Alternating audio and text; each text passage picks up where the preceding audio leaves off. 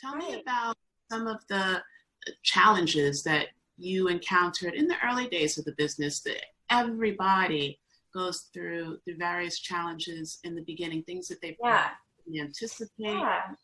But tell me about some of those and how you overcame them. Yeah. So I think one of the challenges was definitely neither my co-founder and I are, technical coders. We're not, we can do web design, but we are not coders. So we had to find a web development team to work with us. And we, had a very like sort of limited amount of funding to work with. I mean, we first of all have bootstrapped. We are a bootstrap company to date. So we, we had to kind of slowly feed into our development over time because we didn't have this big sort of chunk of money. And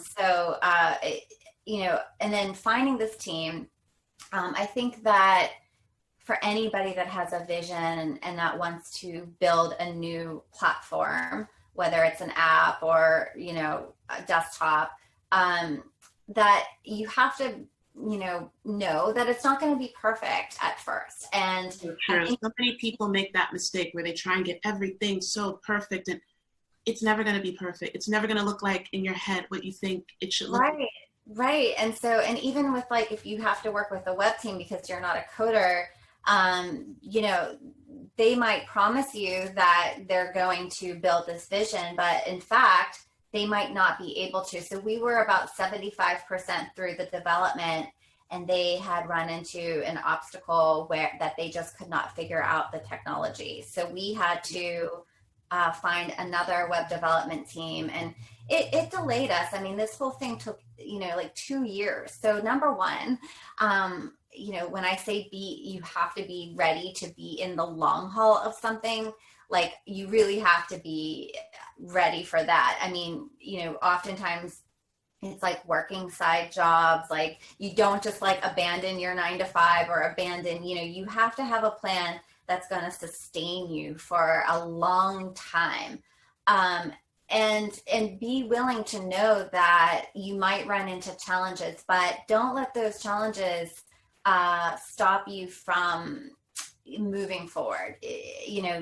There's always going to be a way to figure it out with enough patience and time and resources. So I think just having that mindset that, it's, you believe in your vision, it's worthy vision, your passion, purpose, and skills are aligned, but knowing that it's not going to be perfect at first. And you definitely, in hindsight too, want to do a lot of testing before you bring that product into the market. I mean, I think that can sometimes be underestimated by entrepreneurs that, they're like, oh, they have a vision, everybody's going to love it. And they tend to be really excited. But testing it really on as many people as possible and getting that feedback and taking that feedback seriously.